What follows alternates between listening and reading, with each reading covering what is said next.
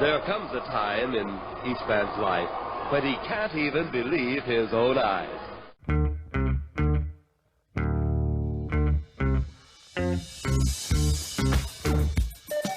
TGIF, it's Mantz and Mitchell with Gary Mantz and Suzanne Mitchell. A double shot of good conversation with great guests to jumpstart your weekend. Mantz and Mitchell, you're on the air. Thank you, Eric Kramer. Hi, everybody. I'm Gary Mantz. I'm Suzanne Mitchell. Together, we are Mantz and Mitchell in your ears for the hour. We're here once again of a Friday working with bad boy Benny Mathers at the board. Benny, how are you doing today? Doing very well. Hi, kids. Good to see you as usual. Happy Friday.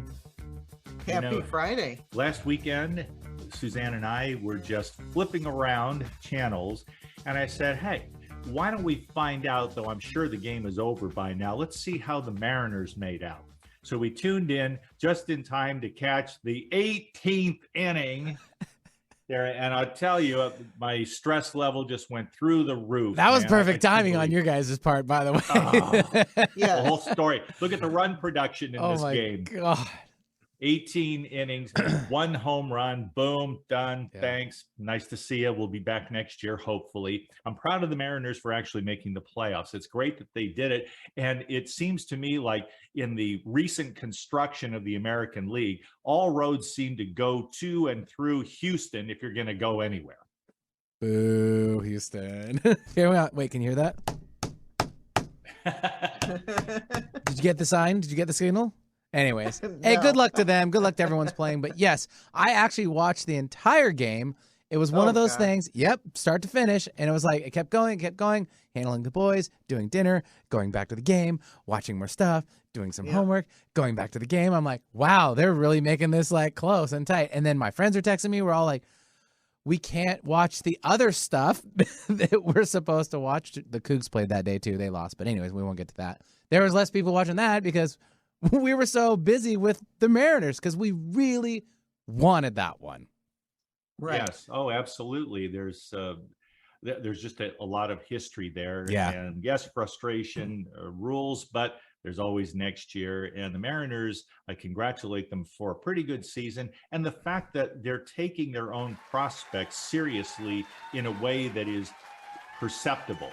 They are trying to do something about their sorry record over the last couple of decades, and the fans aren't willing to settle for it. And fortunately, neither is team ownership or management. Yeah, we get bummed, here and there. We can, dissolve the sports talk here so we can get on to our amazing guest. But basically, 21 years since the playoffs, we finally got better and back at it. We have a young team. We're going to look even refreshed and sharper and stronger for next year. And hopefully, we can still make it to the dance before I die. A good goal to aim. That is as comical as it sounds because the Cubs won the World Series in 1908 and 2016. Right. There were a whole lot of people that were born, lived, and died and never saw the Cubs win the World Series. Right. So I mean, it can't happen over 108 years. Hey, real fast. Let's hope it doesn't happen to the Mariners. Real fast. It would have been before 2016 if it weren't for Bartman, right? Or what was his name? The guy that he went up for the ball and it went off of him and he. Oh yeah, right. Steve Bartman. Bartman, yeah. But it would have been then because that was like the. Yeah. I thought that play would have made them go to, but then he messed it up. Yeah. Before 16. Anyway, I'll have to look at my history. I remember seeing that. He does too. He received at least one offer from a Florida bar that said, "Come on down, Bartman. You'll never pay for a drink again." I bet he did. I'd be right with him. I'd be like, man, leave him alone. You would have done it too. All right. We are good to be with you as always, Benny. We're going to be talking today to our good friend, Garnet Schulhauser. He's one of those excellent people we regard as a friend. We just haven't met him face to face yet. So we're going to work on that. He's also not even from this country. No, he's not. As a matter of fact, I mean, and something to be said about that. So international here. So very cosmopolitan. That's right. Garnet Schulhauser is a retired lawyer who lives near Victoria on Canada's beautiful Vancouver Island with his wife, Kathy, and their little dog, Abby. Many years ago, Garnet left his lucrative law practice after someone incredibly wise and immensely kind challenged him to consider a far richer way to live. In the process, one that asked much of the author, but returned vastly more. Garnet Schulhauser dug deep into his soul to discover the ineffable joy of spiritual enlightenment. And he keeps writing about it. He has a series of books. We'll hear more about that momentarily. He has not stopped writing and talking about it since. And so for the umpteenth time, the ninth time, we welcome Garnet Schulhauser to Mantz and Mitchell. Garnet, buddy, it's good to see you again. Good to see you guys. Thanks for having me again. And I'm looking forward to the show. It's always enjoyable with you two. Before we go, well, thank you for that. Before we move into the subject matter that is more metaphysical in nature, but there is a metaphysics of hockey. You have to give the sport its due. The thing that I love about Vancouver is when they lose, when Canucks fans lose the Stanley Cup, they go about things the right way. First, they riot. But then the next day they say, what kind of people are we rioting? You know, yes, we riot, but we clean up after ourselves. And I go, that's why I love British Columbia. It's why I love Canada. Well, I didn't hear about any riots this spring when the Bolts lost the cup. So presumably you guys are just way better behaved than we are. No, we said we'll get it again. We weren't the least bit concerned about it. They actually, I would say for a hockey team, they're very well, well thought of and act pretty well. Plus, they won back-to-back Stanley Cups. If we had made any noise about losing to a fine Colorado Avalanche team, it would have seemed like we were greedy. Yes. Yeah, exactly. You've had your place in the sun. You'll be back again, but it's good to have new faces win the cup. Absolutely, absolutely. So yeah, we did have our time there, and that was fun.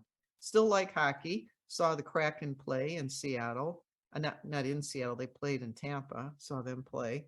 And so hockey season starting, and I like that sport. Yeah, that's right. That sport. Garnet, I wanted to just, in a general way, ask you about your assessment of current events, given, and this is in the aftermath of the passing of Queen Elizabeth II. Suzanne and I were glued to our TV all day long. 6 hours. 6 hours. Frankly, I'm not sure I'm going to sink that much time into the coronation come next May. We'll have to see. But it was only fitting to honor Queen Elizabeth II after 70 years of service to Great Britain, to the United Kingdom, and to the world. How did all of that affect you? There in Canada, I've heard that the Queen had a very special bond and an affinity for Canada.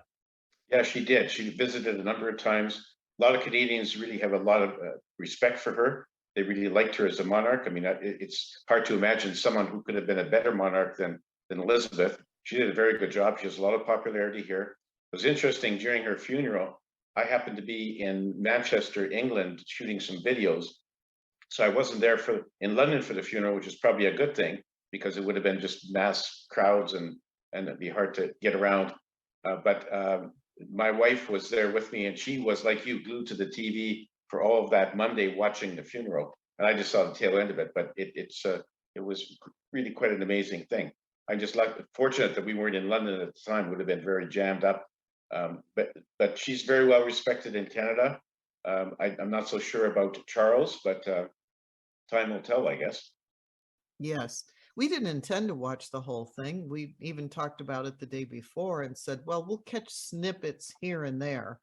And then, as it turns out, I did get up early and we just watched it start to finish. And I was glad that I did that because of its historical significance. It is one of the most historical significant things of my lifetime that was not a tragedy. I mean, her death was inevitable at some point, but it wasn't like, killings or bombings or things like that. It was just a purely historical event to pay attention to worldwide, and they were talking about perhaps it had the most listeners of any televised telecast in history, something like that. I don't know if that actually came about or not, because I didn't follow up, but a lot of people were paying attention to that, and with that, a lot of changes.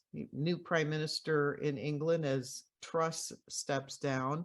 I know we're not here to talk politics. It's just kind of interesting in the triangulation between England, Canada, and the United States, the things that are going on. I told Gary I wanted to ask you, as a Canadian, do you feel that there is more influence from Canada, or do you feel like there's more influence from the United States being just geographically closer? But we're more influenced by the United States for sure, because we're next door neighbors. So we get it was like Prime Minister Pierre Trudeau said once. He said, "Living next door to America is like sleeping with an elephant. You feel every snort and twitch," and which is probably pretty apt. So we do we're very closely aligned to the U.S. Still have a lot of ties to the UK, but they're not as strong. And so we have to really focus on what's happening south of our border. Are you scared? If not, you should be. Oh well, it's very strange times, and what I'm really concerned about, as I think a lot of other Canadians, is to make sure that America can preserve its democracy. And I know there's a lot of things Yeah. a lot of people trying to attack that in various ways. It would be disastrous for us if your democracy were to fail, and for the whole world, for that matter. I mean, you're the leading, strongest, most powerful country with a democracy, and everyone looks up to your model of government. And if that should fail in any way, it's not going to bode well for the rest of the world. So everyone in Canada is watching what's going on. I'm sure in the UK, and I'm sure in the rest of the world. So you're in the spotlight, guys. And so we are. And, in down south, our other border with Mexico, I can tell you, I actually talked to bona fide Mexican people years ago when I lived in California. Some of my best friends, where you go up to Southern California, you learn some Spanish, and you usually start with the cuss words because as a kid, that's how you learn it. And then you have these relationships with people who are Hispanic, either from Mexico or from South America.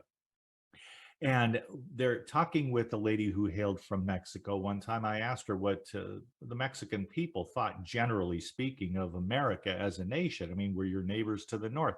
She said there's an old saying in Mexico, pobre Mexico, or pobre Mexico, poor Mexico, so far from God, so close to the United States. We put up with them and our border crisis, this and that. Hey, they have to put up with us too. We're the elephant in everybody's room. Yeah. Also, just tying in and kind of wrapping up this part of what we're talking about is the idea of the economy. Apparently, Prime Minister Truss gave the wealthy a big old fat tax break because that's what you do. And of course, all of the very right-wing people in the United States said, yeah, that's the way to do it. And the economy has imploded in England. We're facing recession. We've got inflation going on. And so between what's going on there and what's going on here, what is the Canadian economy like right now? Is that teetering, or is it pretty solid? I think it's pretty solid. There are some warning clouds for sure. We have inflation problems just like the rest of the world, but I think we'll get it under control. And what's happening is that the Bank of Canada has been raising interest rates just like the Fed in the US. They're going to continue to do so. And we have, in a lot of areas in Canada, we have have had a big housing bubble. And the interest rates with mortgage rates going up has stuck the needle into that balloon, so that the air is slowly coming out. So that's going to hurt a lot of people. We still have a major affordability problem for new people, young people, to buy a house. It's hard for them to afford to be able to buy a house in the major centers. I think that a lot of U.S. cities have the same problem. So we're sort of in lockstep with the U.S. When the Fed raises rates, we raise our rates. We have to deal with the same inflation. There's no easy solution, but we'll just have to tough it out. And a lot of people here are predicting a mild recession in the beginning of next year. I think the Fed is as well. So we'll see what happens. It's not a pretty picture, but on the other hand, runaway inflation is not pretty either. And I can recall back in the early 80s, before Volcker stepped in and really jacked the rates up, that inflation was running wild. It was crazy. So Volcker had to jack the rates way up. That caused a recession, but that brought inflation down, and we've been okay ever since then until this last year or so. So let's just keep our fingers crossed that we can work it out. Are you an optimist, Garnet? Yeah, I am. I am an optimist. mean, it's hard to be an optimist when you turn on the TV news or read the newspapers and see all the bad shit that's going on in the world. But I think we'll work it out, and so I'm optimistic that we will. I mean, it's not going to be easy. We're going to have to do it sort of one step at a time, but we will get there. That's my view. And when it comes to the concept of individual liberty, during the pandemic, oh my goodness, our freedoms.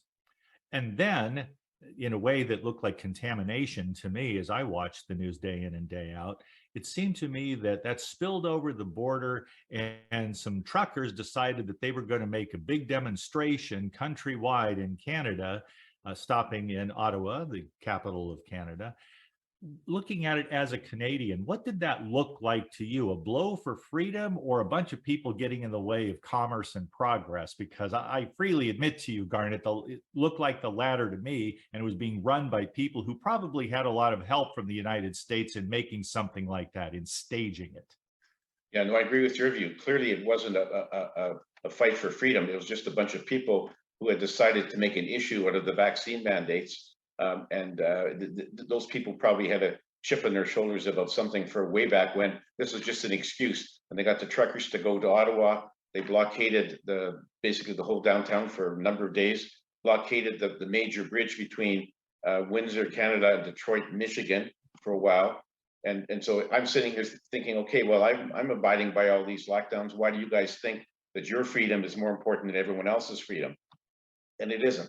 And so I was really quite happy that they actually they invoked something called the Emergencies Act in Canada. The Prime Minister did that, which gives them some sweeping power to clear out the protesters. I mean, one of the things was that all those big trucks that were parked in downtown, the semi-trailers in downtown Ottawa, when the police tried to get tow truck operators to haul them away, the tow truck operators, they stuck with the trucking companies because those were their major clients. So they refused to do it. So the Emergency Act gave the government the power to say, okay, you guys have to tow these trucks out of here and clear it away. Now, they're having a public hearing right now about the use of that Emergencies Act. That's ongoing right now. And some people say it was unnecessary. Other people like me saying, well, if you had to use that to do it, then go ahead and you did a good job. I have no sympathy for those trucking protesters, blockading, whatever. I think, it was just, and they got a lot of help from outside influences as well, in terms of, there are some people in North America who just like to get into any sort of a gathering and cause as much trouble as they can. So I think some of that was there. But in any event, that seems to be gone. The hearing will continue on in terms of whether or not the government should have done that or not. Doesn't matter, it's already done. Truckers are gone, and hopefully we don't have that again. All right, I got a segue here. You have, in the 8 times you've been on the show, this is the 9th time, a lot of our conversation, Garnet, has been about the unseen world, the metaphysical world, beyond the physical. How does that fit in? Because it feels like you have one foot in each world. You have one foot in this world where, the truckers are causing a problem, and there's smoke and pollution and things going on. The economy is teetering. And then the other foot in a much more spiritual, much more metaphysical world. How do you reconcile, or is it possible to reconcile those two worlds in order to live the best life possible here? It's not easy to reconcile it. I wish I could have both feet in the metaphysical world and forget about the reality of where I live, but that's not possible. So I have to deal with both of them. And sometimes they're in direct conflict with, in terms of views, but I have to just, carry on in this world, hoping that I really could spend most of my time in the metaphysical world, but that doesn't happen. But in the end result, I know where I'm going and what's going to happen. So the truckers have their own journeys. I have mine. I don't agree with what they're doing, but I know at the end of the day, guess what? We're all going to end up back in the spirit side, where we can sit back and evaluate what we did and figure out whether we were good people or bad people. And so I know that's going to happen. I'm not in a rush to get there, but I know that everyone is going to have a life review after they finish their lives, and those truckers are going to have to deal with what they did and they have to decide, well, was that a good thing, or did I just go way off the rails? That's something they'll have to face, and so I just have to try to live as best I can with a foot in each reality. I think that's a good idea, good strategy. Do you think that's a role that we do, or do you think that some of the things that we do are devilish angels on our shoulders, just calling us away from our good side to stir up a little trouble? Or do you think that, people actually come here in order to play the devil? It happens both ways, according to Albert, Suzanne. In some cases, some of the evil things that happen were pre-planned. For example, if somebody was, let's say somebody in a previous life was a brutal father who abused his wife and children, okay? Finishes that life and decides that he wants to try to make amends to balance out the karma. So he might choose a life where he is a child who's abused by his father. Now, to do that, he may have to get somebody in his soul group to say, do you want to be my father and do you want to abuse me? Because that's what I want to experience. So in that case, it was planned. But in many cases, the evil is not planned. It's just people who let their negative emotions like fear, anger, greed, hate get out of control, and they spin way off their path and they cause a lot of damage. And so it happens both ways. There's no way of telling in advance whether something was pre-planned or whether it just came because somebody went off the rails. So it's one of those grand mysteries of life on Earth. I got a lot to say, Gary. I need to let you get here somewhere. You have me thinking, the two of you, that there's a certain management function, if there is such a thing as a government of heaven. And I don't know that there is. I don't have that kind of insight. However, I have a lot of curiosity. And Garnet, I'm curious to know, when you speak about a life review, to the extent that it has been intimated to you, what is the life review for, given the fact that, for example, I'm looking back in history, and history seems to be a story of technological progress with such rapidity as to seem like magic. But by the same token, our spiritual growth from century to century advances not in miles, not in yards, not in feet, but in inches. And so I think of ancient Egypt, for example, and the popular conception of judgment was that once you die and you cross the river, your soul is actually put on a scale, and the sum total of your deeds, your thoughts, your actions in this body during your lifetime is judged, and either you're going to go on to the good place, or I don't know what happens to you in the bad place in Egyptian mythology. And if they have such a thing as an ancient theology about what happens to human beings. Other people tell me, though, Garnet, that it's a matter of, okay, like you took a test. This time you got a C-, but we know you can get an A next time. So the life review itself, what do your guides, the people who are dancing on a stamp, who are these folks, and what are they telling you about the destiny of human souls? Well, quite clearly, it's very clear is that when our souls leave our physical bodies on death, we cross over to the spirit side. And one of the things we do right off the start is have the life review, which you mentioned, Gary. And the life review is designed not to make a soul feel badly about what they did or didn't do during their lives, but to show them where they went right, where they fell off the rails, and it's a learning tool for them to plan their next incarnation. And so the life review is very, very important, because we go through life a lot of times with our head in the clouds, not realizing how our actions and words affect others around us. In the life review, you get to watch sort of everything in your past life, like you're watching a 3D movie. If you want to, you could even sort of jump back into a segment of your life and relive it, re-experience it. But the really important thing about the life review is you get to feel the emotions and hear the thoughts of the people you interacted with. So that's very important, because you may have said something nasty to a coworker one day, not really thinking that much about what your words did.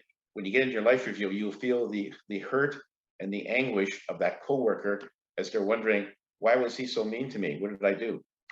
And you don't get to hear that when you're in your life review. You get all of that. You also get the good things. So if you if you shoveled off the driveway of your elderly neighbor after a snowstorm, and she's looking at you out through the window, you can hear her love and her gratitude towards you because she's thinking this as she's watching you do this act of kindness. So you get both the good and the bad, but you get it in very much intimate detail. And so that's really a learning tool. It's not meant to make you feel bad about what you did. I mean, we all do bad things. I mean, some of us do a lot more bad things, but it's meant to show you maybe next time you could have avoided doing the bad thing by doing something differently. So it's really a learning tool. It's not a punishment. And the only person who judges you is yourself as you're watching your life review. It's like, okay, I really messed up in this life. I'm eager to get back to another life to try to do better the next time. You know, Thank you for that, Garnet. From that standpoint, you know, Gary was saying he felt like humanity was only advancing by very small degrees, but with a life review and multiple lifetimes, do you feel like humanity itself has advanced over the millennia? I do indeed. And as Albert has pointed out, and Albert, my spirit guide, has pointed out to me, he said that if I wrote my books 30 years ago, no one would read them, and I wouldn't be on any radio shows, because radio shows like what you guys have and all the other ones did not exist. Nobody would pay any attention to them. So we have progressed in terms of having more spiritually minded people, more open-minded people. More people are questioning the tenets of their religion. And most religions, as Gary mentioned earlier, it's sort of like, you know, the ancient Egyptians, it's sort of like you have to be good so you can go to a good place, heaven. And if you're bad, you'll go to an awful place called hell. That was a great tool for filling the church pews every Sunday, but in reality, that's just wrong. And so we have to get away from this prospect of somebody judging you when you cross over. Nobody judges you; you judge yourself, but in a very constructive way, not in a negative way. Excellent. We're at the bottom of the hour already. Why don't we go ahead and take our break, our one and only break of the hour? We're talking with Garnet Schulhauser. Always a blast when we have our gentleman friend from British Columbia, formerly of Alberta. He decided to see how they live out on the coast. So he got out of the Prairie Province and decided to be styling in Victoria. And I'm sure having a great time. We get to see each other on camera here, though it's audio only as a broadcast. And you look ruddy, with health, radiant. You're doing all the right things, Garnet. And as I say, some of the best looking people I've seen in North America, bar none, are Canadians. You want to, hey, you single guys, you're not having any luck where you are in Puget Sound. I hope you have a passport. Go up to British Columbia, tool around Vancouver, Victoria. Take it from me, and you're welcome.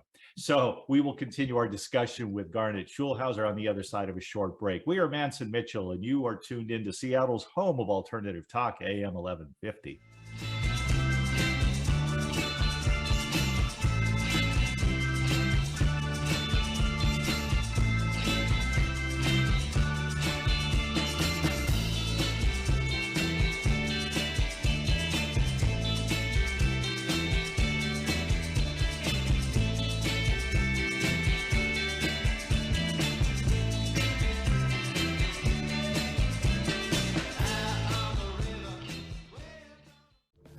Staying connected with Gary Mantz and Suzanne Mitchell is easy. Just go to mantzandmitchell.com for the latest info on topics and guests.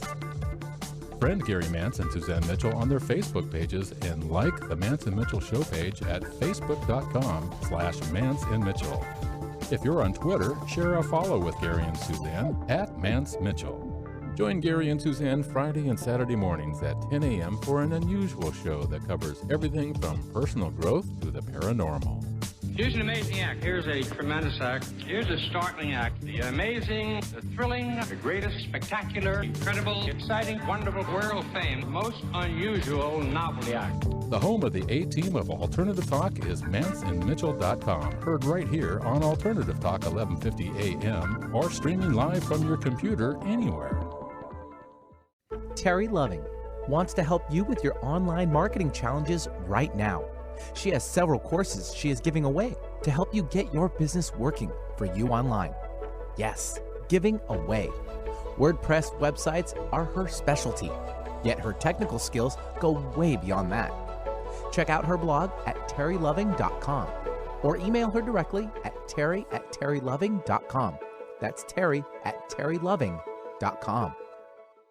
Hi, everybody. This is Anson Williams from Happy Days, and I'm so excited to tell you about American Road. It is the best car travel magazine in the world. They have the most fantastic adventures detailed in each magazine with all your itinerary. We could just jump in the car with your family and have the most fabulous adventures you've ever had in your life. Please get a copy of American Road and start your own adventure.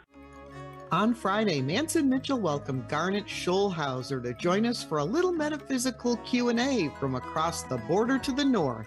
On Saturday, Kirk McKnight takes us out to the ball game as we discuss baseball announcers, baseball parks, and baseball teams. October Madness rules. Bringing you fascinating talk since 2007. We are Mantz and Mitchell, Friday and Saturday mornings at 10 on Alternative Talk AM 1150. Conversation you won't find on the rest of the dial. Alternative Talk 1150.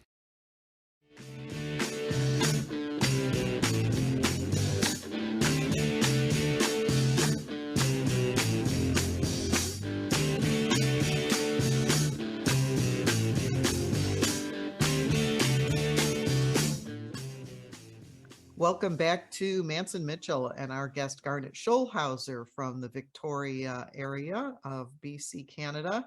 Always happy to have him with us. Garnet, if people would like to read the books that you've written or find out more about you, what is the best way for them to do that? Please tell us about your books. Yeah, all my books are about my dialogue and then subsequent astral travels with my spirit guide Albert. There's 5 of them. Best way to dial into information on my books is my website, which is garnetschulhauser.com.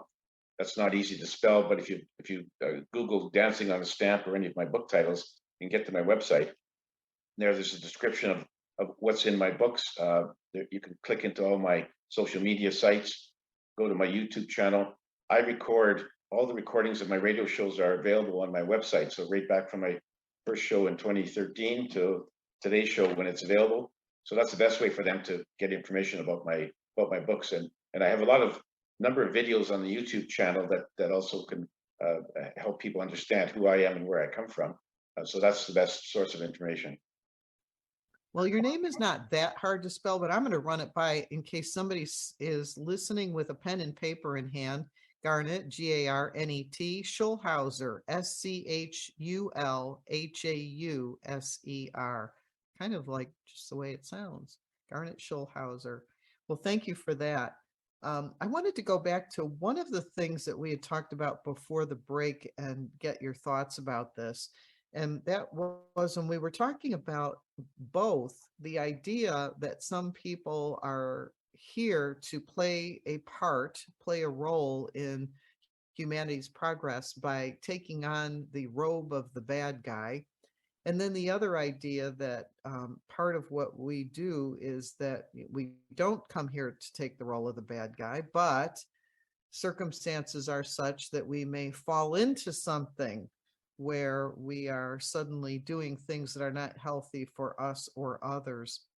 And one of the things that had occurred to me was that it has been stated often that we choose our families, that there is some kind of agreement on the other side that I'm gonna be in your family, and so we may choose our parents, we may choose our families. In which case, one of the things that's kind of intrigued me, and I know very little about it, so let me just say that, but this idea of family DNA, family constellations, family dynamics, where you have the same thing going on for many generations. The old story about the young girl today who's breaking off the ham bone to cook it, and why do you do that? Well, my mother did that. Well, ask the mother, why did you do that? Well, she goes, my mother did that. Ask the great grandmother, and the grandmother said I didn't have a pan big enough. So there are things that are done generationally that affect us. And so I'm wondering how all of that family dynamic plays into this, the kind of thing you're talking about, where it could be that, children who have been abused goes on generationally, 4 or 5 generations. And how does that get stopped? How do we advance as a civilization if we are carrying forward the DNA from multiple generations for things that we would not like to be doing anymore? Well, we're faced with some physical facts, which is that the DNA in our physical bodies, so that we inherit genetics from our parents and grandparents and so on. So that's just a physical feature of a human life on Earth. But the excuse me, the souls coming in, most of us belong to soul groups. So we've been traveling through many lives with these people in our soul group, and we interchange positions. So one time you're the father, and the next time you're the sister or the brother or whatever. We keep on switching the roles, switching sexes, and so we travel together in groups. It's like a theater group traveling across the country performing in plays. So we sort of hang together, and so we do have to get them to be agree when we're planning a life, doing a soul contract. We have to get them to agree to be part of our lives, and we have to agree to be part of their lives. So it's all a consensual thing. You can't just go up to another soul and say, "Guess what? I want you to be my father in my next life." So you have to sort of have an agreement. And so, but the other part of the problem is that oftentimes these soul groups, when they go through their lives, they often have unfinished karma, unresolved issues that they didn't bother resolving. That often spills forward into the next life. And so souls are dealing with both the sort of the spiritual karma that they may have accumulated, plus their physical genetics from their parents and grandparents. And it's not an easy cycle to break, but every soul who wants to reincarnate says, "Well, I'm going to do better than I did the last life." And they all say that. They all want to try to do better. But the problem is we have free will when we get here, and we don't remember our history, don't remember our past lives or what we put in our life plan. So we're kind of floundering around. And that's why it's a real test, a real tough school, planet Earth. As Dolores Cannon has said, I don't know if you're familiar with her, she said that Earth is one of the toughest schools around, and Albert has said to me, every human on Earth should pat themselves on the back for being so courageous as to come into this very tough school. But we're here. You and Gary, you all had your own reasons for coming here, so did I. We don't remember what they were. We will when we get back there, but in the meantime, we have to try to do our best. And oftentimes, Suzanne, we're dealing with unresolved karma from other lifetimes that leaks through. And we're not aware of it. That's why. I mean, if you're somebody important in your life, you have trouble getting along with, you're knocking heads all the time, could well be that you had some unresolved karma from another life where the two of you were fighting and disputing all the time. So, it's the old saying: if you don't learn the lesson that comes in front of you, it'll keep on reappearing until you learn it. And so, oftentimes, souls are faced with that. I did hear that about a family member that we had other lifetimes fighting. And so the fact that we're doing that again is still that unresolved karma that you're talking about. And interesting challenge to look at these soul groups, these family groups, where you have a lot of the same issues kind of repeating themselves, where you are having a different role in that. Once you're the abuser, the other time you're being abused. Once you're, the loving person, next time you're not so loving. And it is interesting to consider that it's all about the experience of all of this. And then I go back to, are we really advancing? Are we really getting more loving, more caring about one another? Because as you said, you look on the news, you don't see it there. No, it looks pretty grim when you listen to the evening news, but I think we are getting better. And as I mentioned, in the last 30 years, there's been more and more people who have become spiritually aware, more enlightened. So I think we are getting better.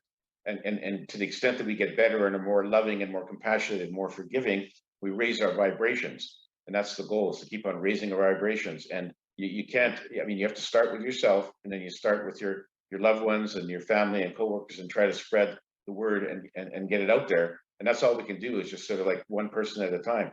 But Albert told me, interestingly enough, he said, we have raised our vibrations quite a bit since a few hundred years ago. He said that if you were able to appear physically to someone in the 15th century, you would be sort of semi-transparent because your vibrations would have risen high enough over the last human vibrations over the last 500 years to them we would be semi-transparent, which seems kind of strange, but that's what he said. And that's why the people on the spirit side, you can't see them because their vibration is so much higher that we just can't see them. We can't perceive them at all. It's sort of like, as somebody said, it's like when you have a fan, when it's stopped, you can see the blades. When the fan's going, you just see a whirl. You don't see anything. And so that's why high vibrations are a goal, and we need to raise our vibrations as high as we possibly can to become better people. But we have progressed. We've progressed a lot. Good. Glad to hear you say that. An optimistic note. It makes me wonder too, Garnet. You know, we talk about the people who work out their karma.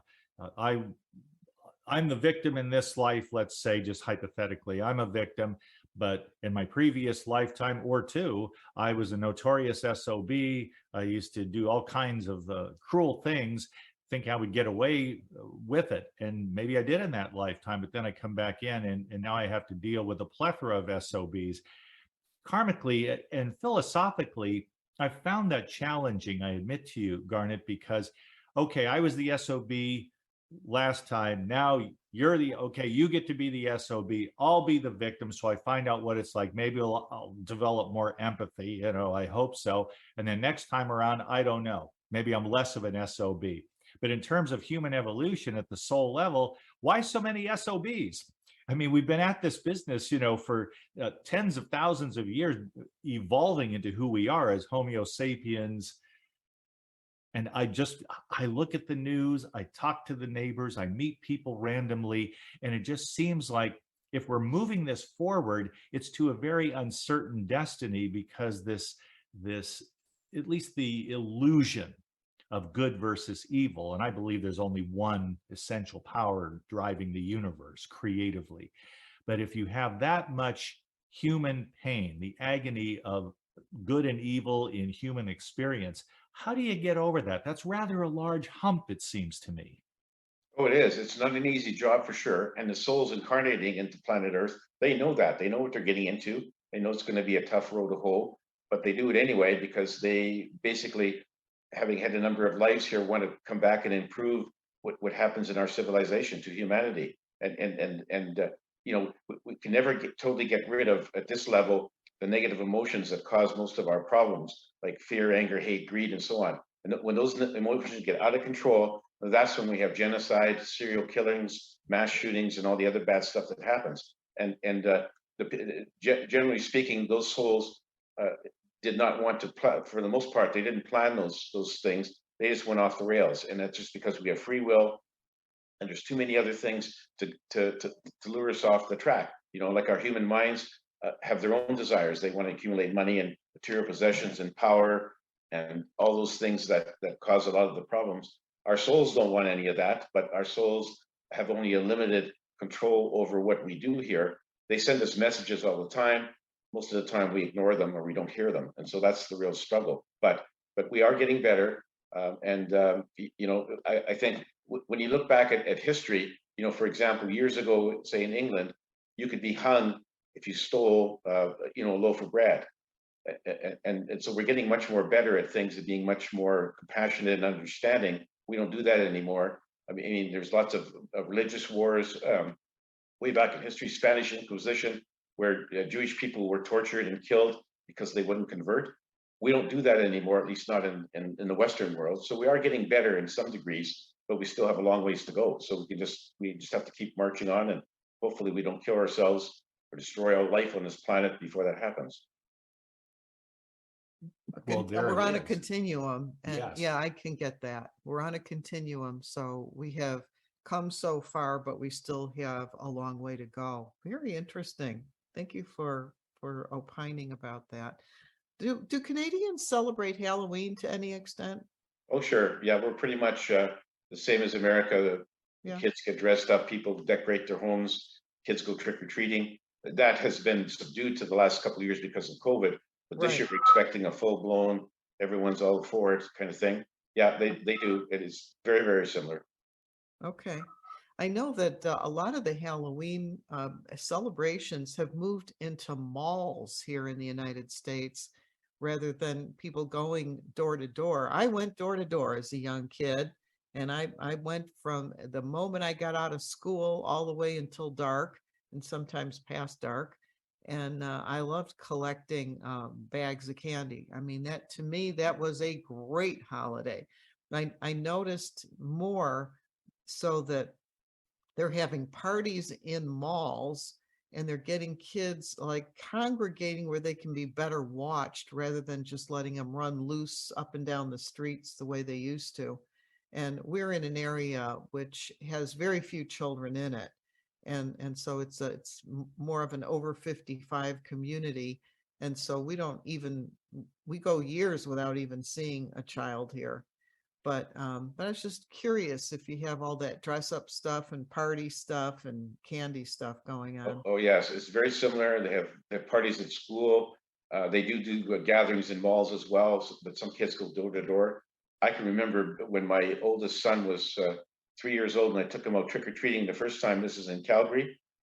Unusually cold fall. It was like minus 30 centigrade, which would be, I'm not sure what it is in Fahrenheit. Very cold day. We both dressed up. I took him to 3 houses, and then we went back home because it was just too cold. And he was happy because we had a lot of leftover candy that we were going to hand out to the children who knocked on our door. So he was fine, but it was really a very cold day. But that was unusual. Here in Victoria, of course, it never gets that cold. So we're kind of in an older settlement as well, so we don't have that many kids, but we're expecting a few more. And I tell my wife, buy as much candy as you want, because if the kids don't get it, I'll eat it. There you go. And that allows me to verify something that I was talking about with Suzanne just a couple of days ago. We were at dinner talking about this or that flavored tea and candy as well there. And I said, I have heard, and this is many, many years ago, but if there were an unofficial flavor of Canada, the delectation of a taste, I'm told that it would be, nationally speaking, it would be peppermint. The peppermint's really big in Canada. Now, here's your opportunity to debunk that, or else you're going to advance the peppermint industry by a lot.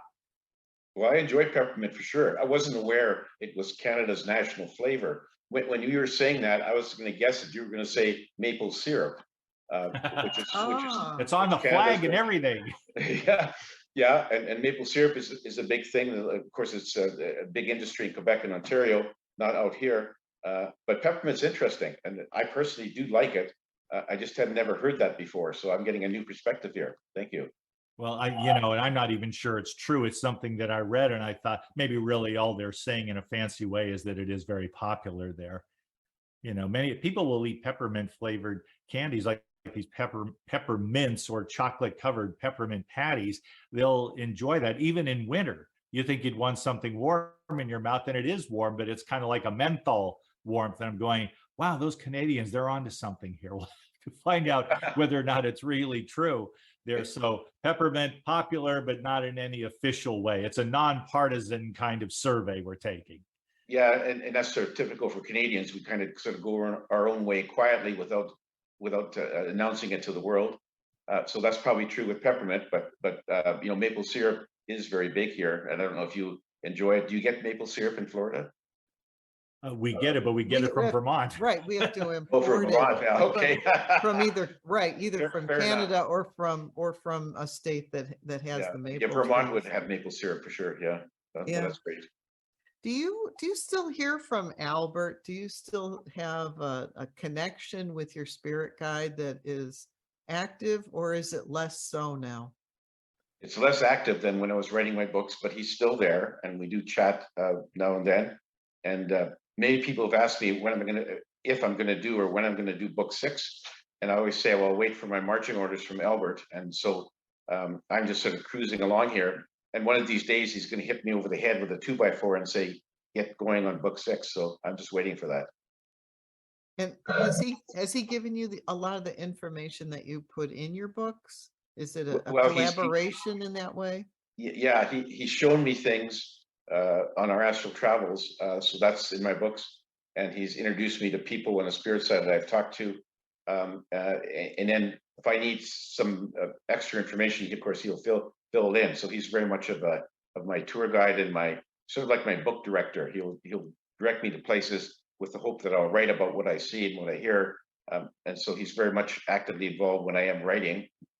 He doesn't dictate to me what I should write. I wish he would, because sometimes I sit there at the keyboard and nothing comes, and this typical writer's block. But he doesn't.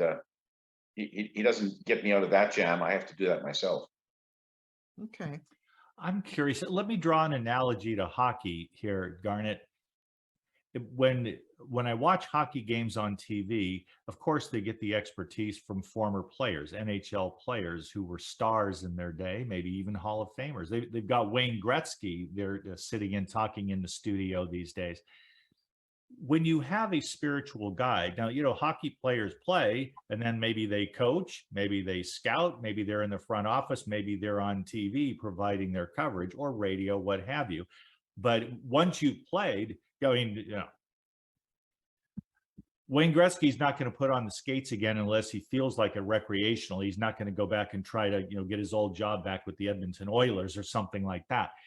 The guides in the spirit world, when they have had, and I presume that they have had these human lifetimes, however many, if reincarnation is real, do they ever suit up and come back to Earth School again, or do they reach such a stage of development that they're more than happy to help a gentleman like you, but they're going to stay on the other side permanently? How does that work?